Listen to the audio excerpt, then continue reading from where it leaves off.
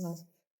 Pues buenas tardes, bienvenidos y bienvenidas y muchas gracias por asistir a este acto. Yo soy Marina, estudiante de la UGR y miembro de la AEP. Para comenzar, desde la AEP, que es la Asamblea de Estudiantes Permanentes, hemos visto necesario hacer este tipo de actos ante el contexto actual del auge de la extrema derecha, que trata de legitimar sus ideas fascistas, racistas, machistas y antiobreras desde las instituciones, tanto en Europa, en Estados Unidos o Argentina, entre otras. Al mismo tiempo, vemos cómo intentan imponer su discurso de odio en las calles, como hemos podido ver estos días atrás en Madrid o en Sevilla, con movilizaciones fascistas. Y también las universidades con el tour del agitador fascista Vito Quili. Además, también queríamos señalar que noviembre es un mes simbólico, ya que por un lado, el 20 de noviembre se cumple el 50 aniversario de la muerte del dictador Franco, y por otro lado, precisamente hoy, 11 de noviembre, es el aniversario del asesinato de Carlos Palomino, que era un joven antifascista que fue asesinado en 2007 por cuestiones ideológicas. Estos sucesos refuerzan aún más la necesidad de organizarnos en torno a la cuestión antifascista. Sin embargo, a pesar del crecimiento de la extrema derecha, la juventud y la clase trabajadora estamos demostrando que no vamos a tolerarlo. Y lo estamos demostrando con las masivas protestas antifascistas que están habiendo por todo el Estado español. Por tanto, para darle continuidad a estas movilizaciones y que no quede como algo puntual, sino que podamos sostener esta lucha en el tiempo, hemos organizado este acto, donde van a intervenir a mi izquierda Rubén Quirante, sindicalista de la CSTA, que es la Coordinación Sindical de Trabajadores y Trabajadoras de Andalucía, a mi derecha Fonsi Baiza, periodista antifascista, y María Sánchez, miembro y compañera de la AEP. Y antes de dar palabra, quería comentaros que vamos a tener, después de la intervención, un espacio de debate donde vamos a profundizar y a reflexionar sobre las cuestiones tratadas. Y sin más dilación, doy paso a María. En realidad ya lo mencionaba al inicio la compañera Marina.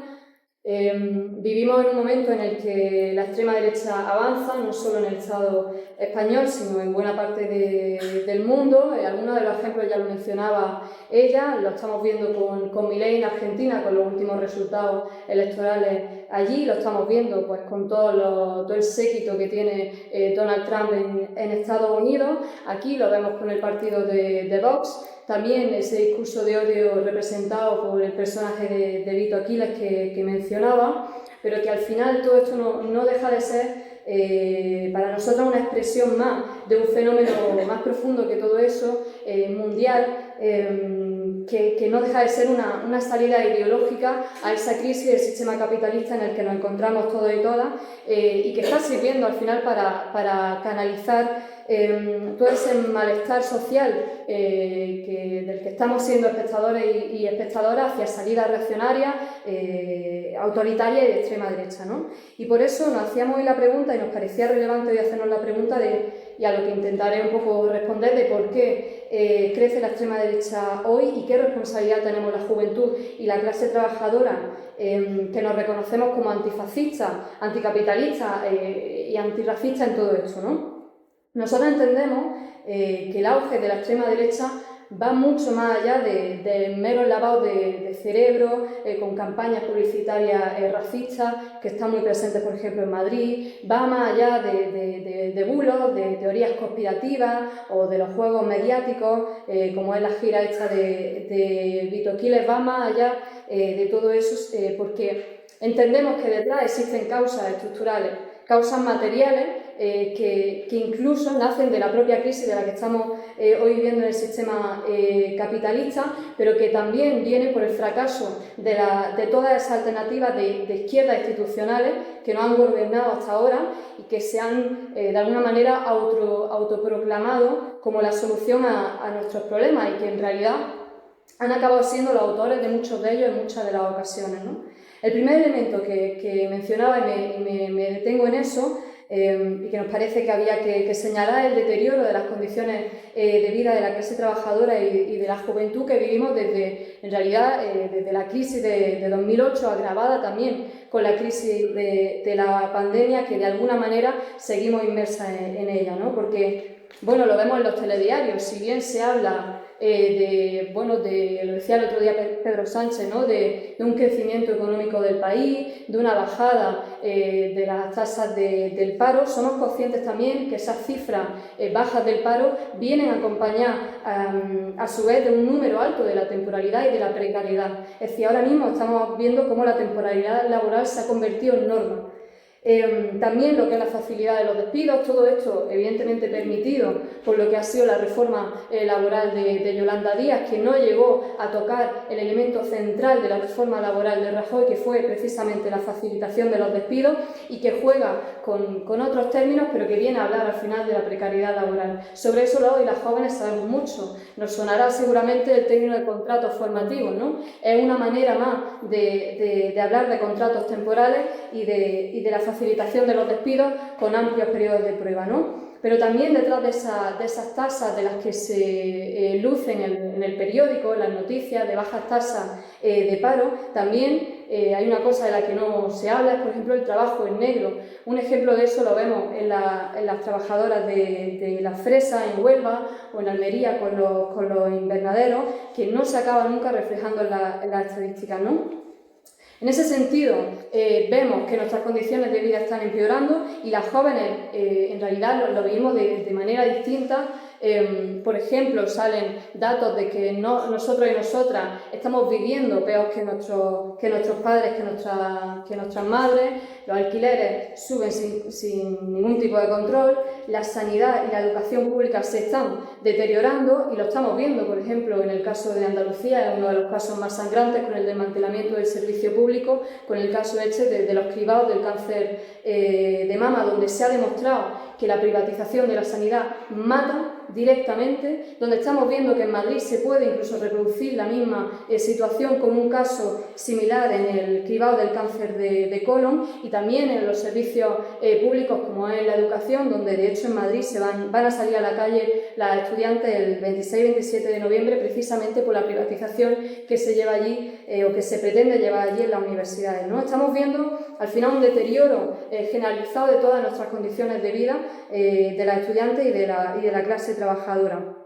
Pero no solo eso, un elemento para nosotras de por qué está hoy en día creciendo la extrema derecha, sino también de cuál ha sido el papel frente a todo esto de los reformismos, de los gobiernos autodenominados progresistas o de izquierda, como el PSOE o con las coaliciones de Podemos y de Sumar, que no cuestionaron en su día ni cuestionan, ni van a cuestionar nunca, en realidad, en ningún momento los fundamentos de este sistema, sino que tratan de gestionar el capitalismo con un rostro amable, sí, pero tratan de gestionarlo, ¿no? Y vemos cómo todo eso hace que la gente pierda la confianza en que la izquierda pueda ofrecer una alternativa real a nuestros problemas. ¿Y eso qué resultado tiene? Pues para nosotras vemos que eso genera toda una frustración social, que genera al final ese intento de gestión del sistema capitalista que al final se acaba convirtiendo pues, en un terreno fértil para todos estos discursos de la extrema derecha. Porque si la izquierda no canaliza el descontento desde la organización, desde la lucha, sabemos, y lo está haciendo, la extrema derecha hará y gestionará ese descontento desde el odio y desde la división de la clase trabajadora y de la juventud, ¿no? También vemos eso, que cuando el Estado y las instituciones no dan respuesta a esos problemas, o peor aún, esos gobiernos autoproclamados más progresistas de la historia, acaban aplicando políticas antisociales, ese malestar no desaparece. Se transforma, pero no desaparece. Y ese malestar que viene y que puede ser absorbido por discursos autoritarios, esos discursos que acaban pues, culpando de los problemas a las personas migrantes, a las personas trans, a las mujeres organizadas, a las mujeres y hombres que nos reconocemos como feministas o a las minorías políticas, acaban culpando de unas problemáticas que en realidad son resultado del sistema capitalista en el que nos encontramos, ¿no? Y ahí está la raíz del crecimiento de, por ejemplo, el partido de Vox, un partido que no propone soluciones en realidad, pero que bueno, ofrece una solución simple a un mundo complejo, ¿no? Y todas sabemos de qué se trata, porque en momentos en realidad de incertidumbre, y más ahora con la crisis climática, donde bueno, ni sabemos si el día de mañana vamos a tener un planeta en el que vivir, de hecho para muchos territorios ya ni lo está siendo, en momentos de incertidumbre la simplicidad es muy atractiva. En este caso Vox pues bueno, se presenta como la voz de los españoles, utilizando lenguajes identitarios como la cuestión nacional española, con su patria, con su bandera, pero en realidad en el fondo acaba defendiendo los mismos intereses del capital y acaba defendiendo el mismo orden social que ya tenemos. Y en lugar de señalar a los verdaderos culpables de todo esto, de todos estos problemas que están por arriba, lo que es la burguesía, lo que son las empresas, y lo vimos, por ejemplo, las empresas que se enriquecen a base del empobrecimiento de tantos, como vimos en la pandemia, donde grandes empresas del IBEX 35 batieron récord durante la pandemia, donde literalmente la gente estaba agonizando y muriéndose. En lugar de señalar a esos verdaderos culpables, señalan a los de abajo, al migrante, a la feminista, al independentista de Cataluña, de Euskal Herria, y por supuesto también el sindicalismo combativo, ¿no?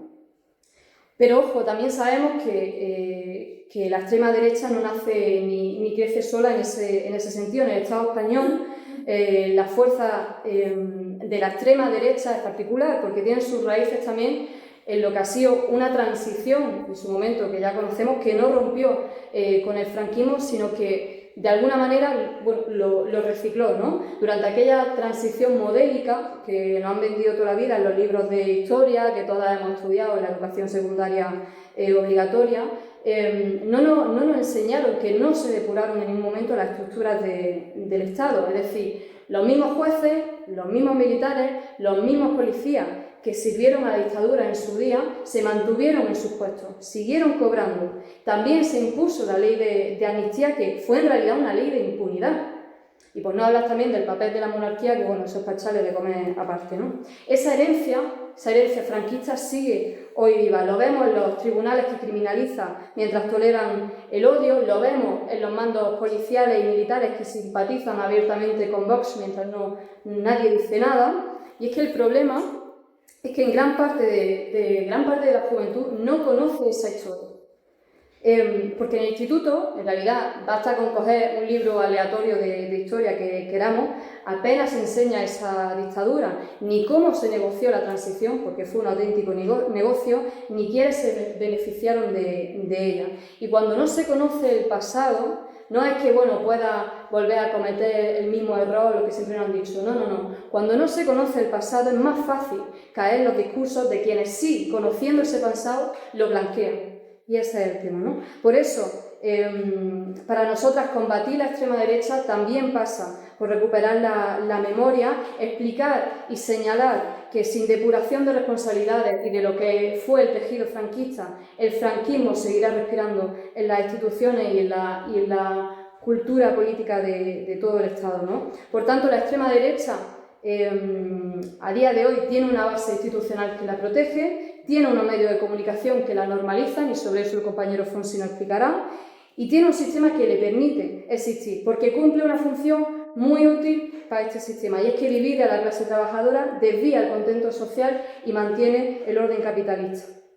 Y ojo, y voy acabando con esto, aunque la extrema derecha pues bueno, se presenta como una fuerza nueva, no lo hemos dicho, que conquista a la juventud, lo vimos en la concentración aquí contra Vito Quiles, lo vemos en las estadísticas que hablan de la intencionalidad de voto, donde un 40% de la juventud votaría a Vox en unas elecciones. A pesar de todo eso, no podemos caer en el error de pensar que la juventud es de extrema derecha por naturaleza o por moda pasajera, ¿no? Se dice mucho eso, es que está de moda y la juventud lo toma como una moda, ¿no?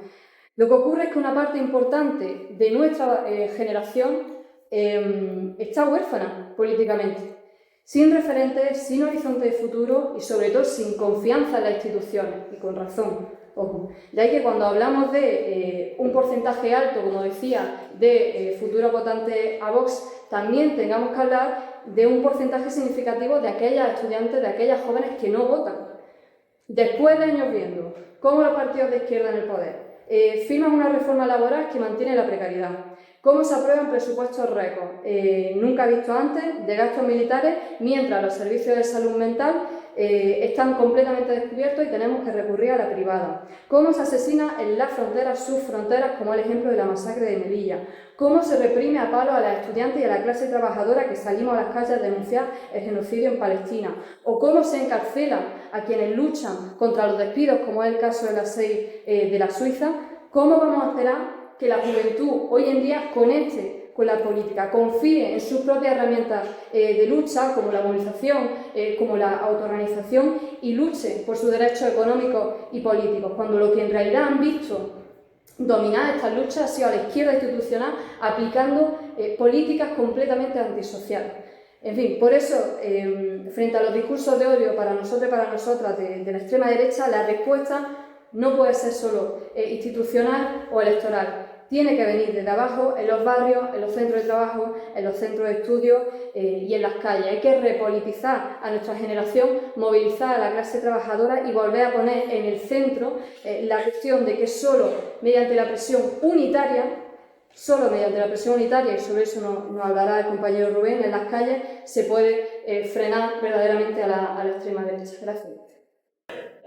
Muchísimas gracias por esta invitación. Además, viendo cómo muchas y muchos de vosotros seguro que hicisteis frente a ese ultraderechista de Vito Quiles aquí en Granada, que fue pues estaba acampando a sus anchas en las universidades y rodeado de los más nazis del mundo radical del fútbol.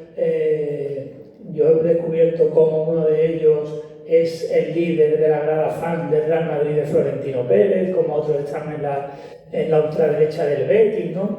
Y yo creo que el mundo del fútbol es donde se ha criado ese huevo de la serpiente de la extrema derecha, que es donde estaba anteriormente, se dejó hacer como quisieran. Vimos incluso cómo los nazis del Frente Atlético mataron a Aitor Zabaleta y no pasó absolutamente nada, siguieron los terrenos de juego, clubes de fútbol financiando a todos estos nazis, y eso ha pasado en casi todos los clubes vinculados a la extrema derecha. Por tanto, yo creo que es muy importante también desde la izquierda estudiar de dónde proceden esos movimientos neonazis que ahora se ponen tanto en el centro, que yo creo que también es una estrategia del partido de gobierno. Yo considero que el autodenominado Partido Socialista Obrero Español, en un momento en el que no da herramientas para cambiar absolutamente nada, lo único que hace es dar un número de teléfono, el 047, para el tema de la vivienda, para que llames cuando te desahucias, ¿no? Es bochornoso. Y la estrategia del PSOE en el gobierno es visibilizar cuanto más a todos estos neonazis. Cuanto más aparezcan en televisión los del núcleo nacional, mejor, porque piensan o consideran, yo creo que erróneamente, de que la gente por miedo va a acabar poniendo la papeleta del PSOE. Eso te puede salir alguna vez bien, pero la historia te demuestra que eso nunca ha funcionado, que si le das barra libre a los nazis se crecen, ¿no? Pues esa es la estrategia que está manteniendo el autodenominado gobierno más progresista de la historia. Un gobierno en el cual Marlaska, mientras deja que estos nazis campen el otro día en el núcleo nacional, pues en Madrid, incluso se vio en unas imágenes cómo pues dejaban escapar a un nazi cuando estaba en el suelo y le dijeron vete por ahí, maricón, venga, vete. Eso la propia policía a los nazis, ¿no? Pues mientras ocurría eso, Marlaska sigue infiltrando a policías en movimientos sociales en todo el Estado. Eso es algo que se está dando en todos los rincones de este país, en movimientos sociales de todo el Estado. Incluso, hoy en un día para la memoria de Carlos Palomino, incluso en el que militaba y milita, sigue militando la madre de Carlos Palomino. Por tanto, imaginaos hasta dónde llega el Estado, la sinvergonzonería, y esto se está manteniendo exactamente igual con el gobierno más progresista de la historia.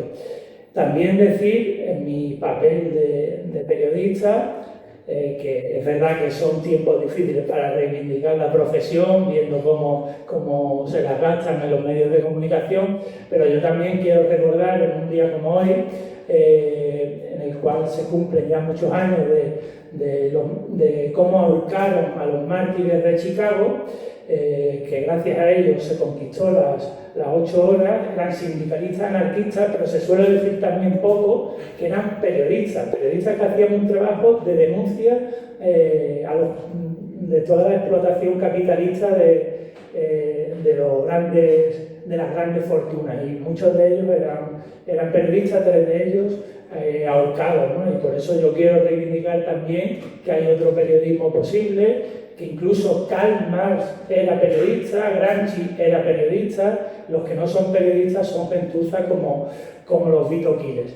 Y también considero que eso se difunde imágenes como las de Vito Quiles porque le interesa al gobierno. Yo una vez tuve un careo con ese neonazi de Vito Quiles que me persiguió por la calle, quería perseguirme hasta al hotel, y le dije que tú vienes bien al gobierno, si es que le interesa al gobierno que tú estés para decir que, bueno, pues somos de izquierda, pero es que el propio gobierno y el PSOE fue el que autorizó que ese tipo estuviera en el Congreso de los Diputados y le autorizó que estuviera como periodista, un tipo que ni tiene carrera ni absolutamente nada, ¿no? Y yo creo que por eso hay que estudiar bien a estos personajes, pero también su financiación, y yo creo que es muy importante decir de dónde proviene el dinero, quienes están interesados en el avance de gentuza que se dedica a deshumanizar a las feministas, a las trans, se dedica absolutamente a eso porque le interesa a los que de verdad mandan, que son unos oligarcas que están interesados en toda esa propaganda de odio, toda esa industria de odio que está financiada por todos estos grandes oligarcas. Cuando vemos a OK Diario en una fiesta ultraderechista que presenta Carlos Sobera, también tenemos que ver detrás qué empresas estaban financiando ese acto, ¿no? Y vemos la que aparece en todas las grandes tramas de corrupción, que es la clínica Ascrión, por ejemplo, de esas privatizaciones que se habla también mucho del clan Ayuso, del hermano y demás, pero realmente lo que hay es Ayuso pasará a la historia. Y Quirón seguramente siga con ese negocio, ¿no? Y ese clan Ayuso con el novio y demás se sigue dando en otros lugares, como lo sufrimos también las andaluzas y los andaluces con el tema del cribado de Juanma Moreno. Pues el Banco Santander incluso estaba financiando ese acto, la Caixa y la empresa siempre de mi gran amigo el capo Florentino Pérez, que es uno de los que más financia a esa extrema derecha, que en ese palco del Santiago Bernabéu pues, es donde se cuecen los grandes negocios del Estado y donde aparecen todos estos ultraderechistas como pues, los Jiménez Los Santos, todo ese tipo de periodistas que van pululando por ese palco del Santiago Bernabéu, que es donde pues, se hacen los grandes negocios. En este país vivimos una estafa de transición y se ve claramente cómo se cambiaron las cacerías con el dictador Franco y ahora pues, los negocios se hacen en el palco de Santiago Bernabéu con Florentino Pérez. Y eso es así y lo vemos constantemente. Nunca antes había habido tantos ministros en el palco Santiago Bernabéu como en la actualidad. Vemos a mi amigo Óscar Puente, a Óscar López, nunca ni en los tiempos de José María Aznar y del Partido Popular de Zaplana. Ahora están encantados de estar en el lugar, en el epicentro de parte de la extrema derecha, ¿no? que dicen combatir, sin embargo están al lado de Florentino Pérez, que es uno de los tipos que, por ejemplo, se ha llevado dinero con el negocio de las vallas de Melilla y Ceuta, con el negocio de los CIE contra los migrantes. Pues ahí está el autodenominado Partido Socialista Obrero Español, encantadísimo, diciendo que va a luchar contra la extrema derecha, como pasa exactamente con la sanidad. La sanidad dicen que el problema es Juanma Moreno, y seguramente pues todo lo que ha hecho Juanma Moreno es de cárcel, es criminal, y todos lo sabemos. Sin embargo, es gracias a una ley privatizadora que se hizo 15/97, que fue apoyada tanto por el PP como con el PSOE, ¿no? Y yo creo que es importante recordarlo. Y también las vinculaciones con la mafia, incluso de esta ley de privatizaciones que se hizo.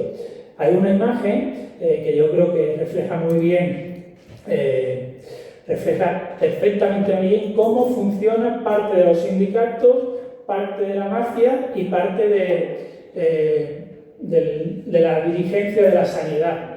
Y es una imagen que nos habla mucho, que es la de Feijóo con un narcotraficante, que es Marcial Dorado. Y Feijóo está en esa lancha con su entonces pareja, que era la jefa de la sanidad de comisiones obreras, ¿no?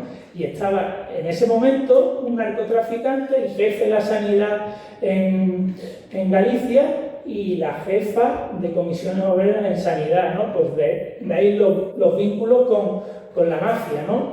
Pues yo creo que toda esta mafia ahora está está muy interesada en el avance de la extrema derecha, y la está financiando pues de forma increíble. ¿Cómo paga Vito Quiles tantos nazis que lo están escoltando?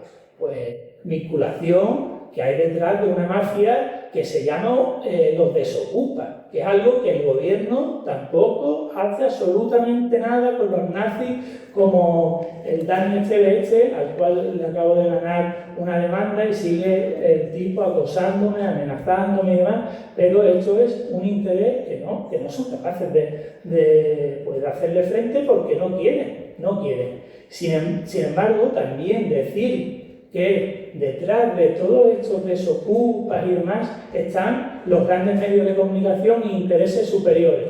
El anunciante que más paga a los medios de comunicación en la actualidad en España es Securitas Direct, es el mayor financiador de A3 Media y de Mediaset. La familia de los Marx, que fueron los que financiaron el golpe de Estado fascista, son uno de los propietarios de las alarmas de Securitas Direct, de los que financian los programas como el de Ana Rosa Quintana, el de Ferrera y el de todo este tipo de más periodismo que nos venden en las televisiones y que están pues detrás del avance de los Dani de Desocupa y toda esta gente, ¿no? Y yo creo que es muy importante explicar todas esas vinculaciones. Por ejemplo, la que es ahora jefa de comunicación en Mediaset era la jefa de Isabel Díaz Ayuso y era la jefa de OK Diario, ¿no? Y cómo están pues vinculados Mediaset, OK Diario e Isabel Díaz Ayuso. Y yo creo que esos oligarcas ahora han puesto un énfasis increíble en que avance esa extrema derecha, que yo creo que en España puede representar Ayuso, y que, por ya rematarlo, creo que hay una vinculación ahora también, incluso que vemos al delincuente putero ladrón de Juan Carlos I presentando un libro, una biografía en Francia, pues su abogada, que está poniendo ahora algunas demandas, es la abogada del novio de Ayuso, ¿no? Yo creo que en ese avance de la extrema derecha también juega un papel cierta parte de la Casa Real, ¿no? Y de Juan Carlos I. Es verdad que hay otra, que es la de Diario, que es la que ha hecho caer a Juan Carlos I para defender la monarquía y la Casa Real, ¿no? Y en ese juego están. Pero yo creo que, por acabar, decir que hay que enfrentarse a la Casa Real porque es la clave de bóveda del sostenimiento de este régimen, y la extrema derecha lo tiene, en su mente siempre. En el acto ese ultraderechista de OK Diario acabaron gritando ¡Viva el Rey!, ¿no? Y yo creo que es muy importante que se destapen todas las corruptelas del monarca Felipe VI, porque en la actualidad se está viendo cómo se está utilizando una desgracia como la Dana, con el criminal de Mazón, para lavar la imagen de una monarquía corrupta, que incluso en el acto de Carlos Mazón, cuando el fake que hizo, ¿no?, de que se iba, que no se iba, lo primero que hizo fue decir que había tomado esa decisión después de hablar con la Casa Real. Y yo creo que es muy importante que lo tengamos en cuenta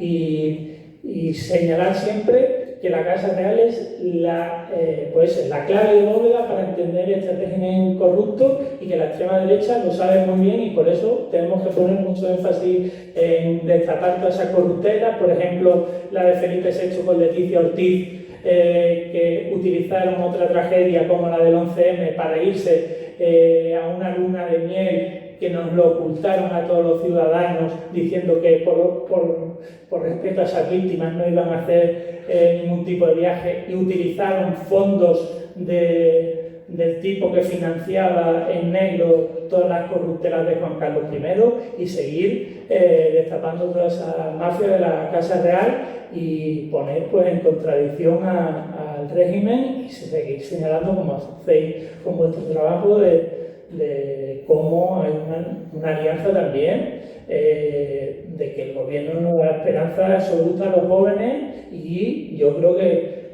es una vergüenza que se señale también tanto a los jóvenes, que los jóvenes se han vuelto unos fachas y que los jóvenes son, horribles, ¿no? Cuando los jóvenes también han montado unas manifestaciones increíbles en solidaridad con el pueblo de Palestina.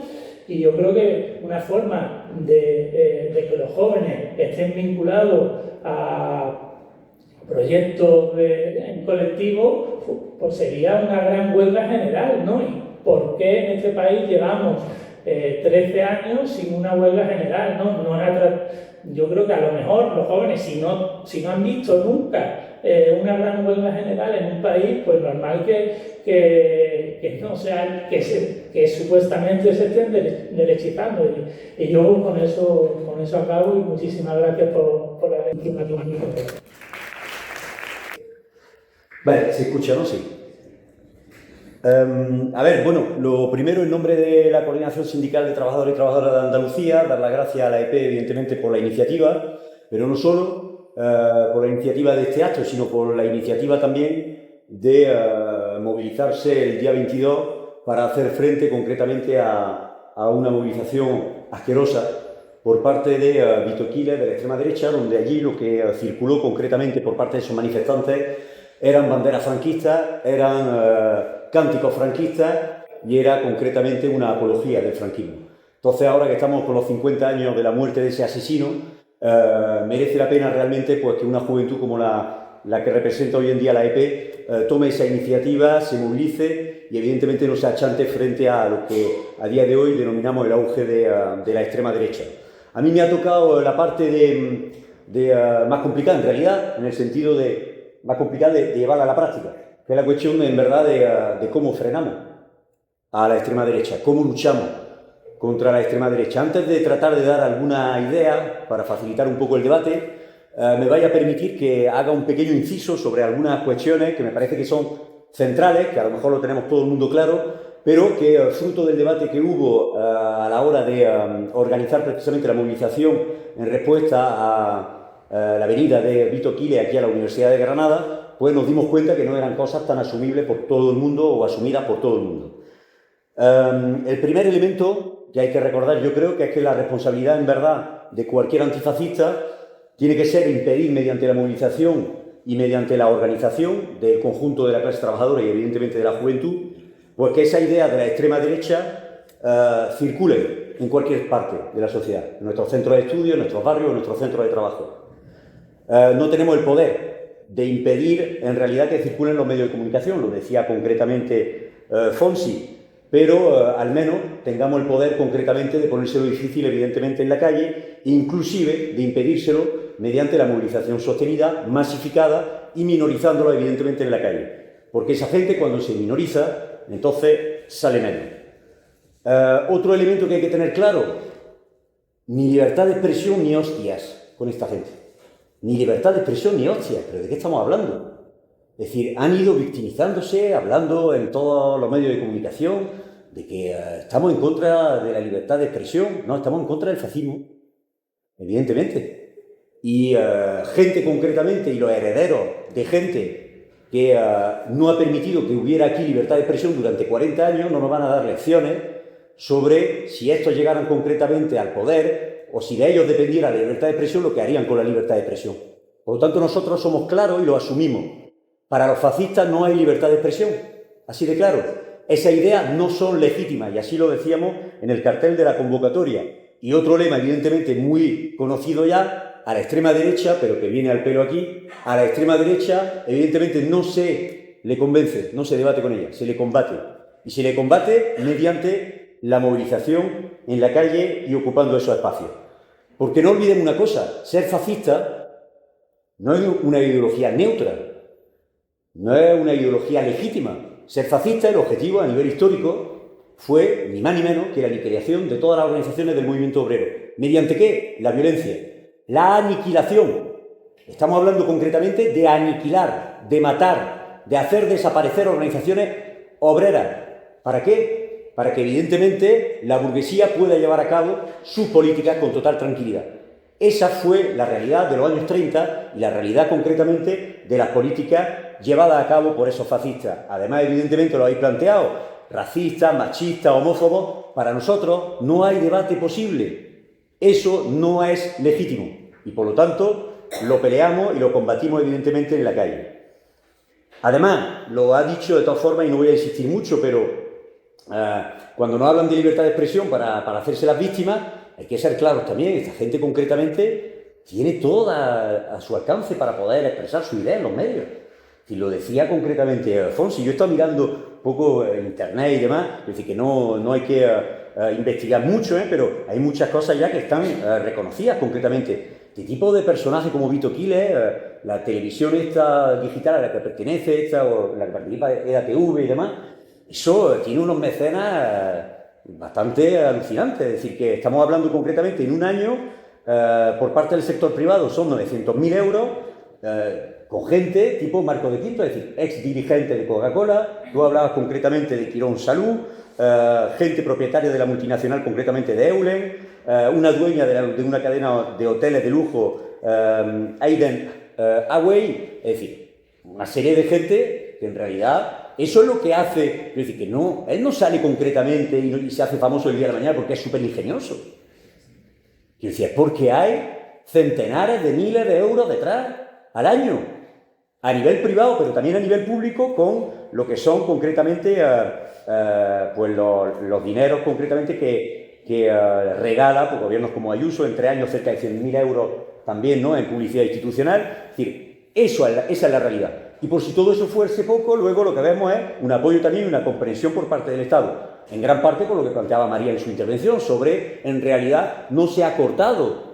Con la transición esta que teníamos no se ha cortado. ¿Con quién dirigía realmente el Estado? Ha hablado de la policía, del ejército y de la justicia. Pero habría que añadir los que se enriquecieron durante el fascismo son los ricos de ahora. Esa es la realidad. Y por lo tanto esa comprensión por parte del Estado. Y nosotros lo decimos claramente, no tenemos ninguna ilusión. Nosotros no defendemos que el Estado como consigna tenga que ilegalizar a esas organizaciones. Si eso no es lo que va a hacer desaparecer concretamente a la extrema derecha y al fascismo.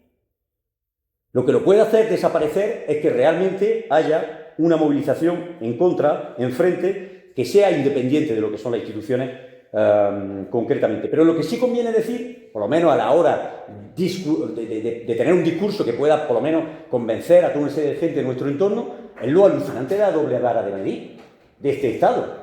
Es decir, el otro día cuando estábamos enfrente de allí en la Facultad de Derecho de Vito Quiles, lo que veíamos concretamente es los únicos que habían comunicado una concentración tenían al cordón policial en lo alto y los otros estaban allí de tranquilidad total. Esa es la realidad. Y un subdelegado de gobierno que había permitido que allí estuvieran durante 2 horas y media, no un ratillo, 2 horas y media. Y la doble vara de medir, ¿por qué? Porque en realidad yo soy sindicalista. Cuando nosotros concretamente hacemos concentraciones enfrente de los hoteles que nos encontramos, como tú no hayas legalizado, 2 minutos, te largan de allí, te identifican, te multan, esa es la realidad, y te mandan allí 7 furgones para 30 personas. Entonces, por lo menos plantear que hay una doble vara de medir, eso tiene su interés. Pero luego, en realidad, lo que hay que empezar a reflexionar un poco, entrando ya en el debate, es cómo todos los que nos consideramos antifascistas a día de hoy podemos tratar de discutir para ver cómo precisamente nos enfrentamos a ese auge de la extrema derecha. De la responsabilidad que tenemos de coordinarnos y de gente que proviene de diferentes tradiciones, diferentes organizaciones, pero que se considera antifascista. Porque en realidad, lo que yo creo todos estamos de acuerdo es para decir que esto no va a ir a menos.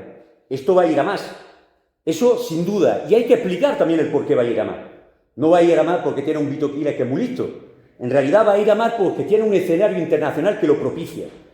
Es decir, el escenario internacional a día de hoy que tenemos, las rivalidades interimperialistas de las que hablamos, donde concretamente van en aumento y tienes diferentes países que están enfrentando simplemente por la búsqueda del mayor beneficio por parte de la burguesía nacional de turno, eso es lo que nos está conduciendo hacia guerra, escalada bélica, rearme a nivel de los diferentes gobiernos y los presupuestos. Eso es lo que está generando y va a generar tensiones sociales, muchas más tensiones sociales. Y no vamos a poder ponernos de canto. Eso es lo que está enfrente de nosotros. Y evidentemente, ¿qué es lo que le interesa a cada burguesía nacional en este escenario? Tener gobiernos autoritarios, gobiernos que estén en capacidad, mediante evidentemente la represión, de poder aplicar todas esas políticas. Cuando concretamente vaya en aumento todas las consecuencias del cambio climático, de la escalada bélica, ¿dónde vamos? Evidentemente que hace falta gobiernos fuertes, autoritarios, para poder imponer todas esas políticas, porque va a haber tensiones y va a haber respuestas. Y ahí es donde interviene la extrema derecha. Y por eso se financia y se riega con millones y con miles de euros a la extrema derecha. ¿Para qué? Pues en realidad porque incluso lo que le interesa es que esa idea, concretamente, permeen dentro de la clase trabajadora. Las ideas reaccionarias permeen dentro de la juventud. Y eso es lo que está detrás de todo eso. No lo olvidemos nunca, es un escenario internacional donde las diferentes burguesías tratan precisamente de propiciar ese escenario. Y por lo tanto, frente a ese escenario, ¿qué es lo que nosotros tenemos que hacer? Pues lo primero es debatir entre nosotros, entre todos los que son, en verdad, antifascistas. En ese sentido, el acto de Vito Quiles del otro día fue un curso acelerado, en verdad, de lo que hay que hacer y de los debates que hay que tener entre las diferentes organizaciones antifascistas. Lo primero, yo voy a tratar de debatir de manera franca sobre diferentes posiciones que tiene la izquierda en el conjunto del Estado y en Granada aquí con respecto a lo que fue la cuestión de Vito Quiles. No para rendir cuentas, sino el objetivo realmente tiene que ser de debatir francamente para ver precisamente cómo mejoramos un poco una coordinación, si es posible o no, y cómo nos enfrentamos de manera más masiva a la extrema derecha. Lo que se vio el otro día con la cuestión de Vito Quiles, a mi juicio al menos, es un doble error. Por un lado, la izquierda institucional, política, sindical, asociativa, que te planteaba claramente que en verdad no hay que movilizar, que eso es darle mayor relevancia, en realidad partiendo de la idea como si no hubiera ninguna concentración allí oponiéndose a Vito Quiles desaparece. No, la realidad es que no desaparece. La verdad es que hay 600, 700 jóvenes enfrente y la realidad es que, como cualquier organización de la izquierda, cuando tú tienes a 600, 700 jóvenes, lo que tratas después, cuando lo has reunido, es tratar también de organizarlo, es plantearles que hay que organizarse. Pues eso es lo que va a hacer la extrema derecha, En realidad, si no hubiera habido ningún tipo de respuesta, le das todavía más confianza para llegar, en verdad, a ese objetivo. De hecho, lo estamos viendo, la cuestión de Sevilla, de Madrid ya no son jóvenes cayetanos, que no sé cuántos, ya son escuadristas. los que salen concretamente a la calle, y evidentemente ese es el objetivo de esas organizaciones. Pero esa izquierda institucional, si os fijáis, lo que tiene concretamente es un discurso totalmente contradictorio, porque sin embargo todos los días lo que nos cuenta es, ojo a la extrema derecha, PP Vox, van a gobernar. Pero claro, es totalmente acorde con la respuesta que dan, que es institucional y electoral. Y por lo tanto no van a movilizarse, ni movilizan a sus bases, ni plantean en los centros de trabajo, en los centros de estudio, que hay que movilizarse contra la extrema derecha, porque dicen que eso lo que va a hacer es hacerlos crecer, pero sin embargo te están hablando todo el día de la extrema derecha, pero en realidad ¿para qué? Para movilizar el voto.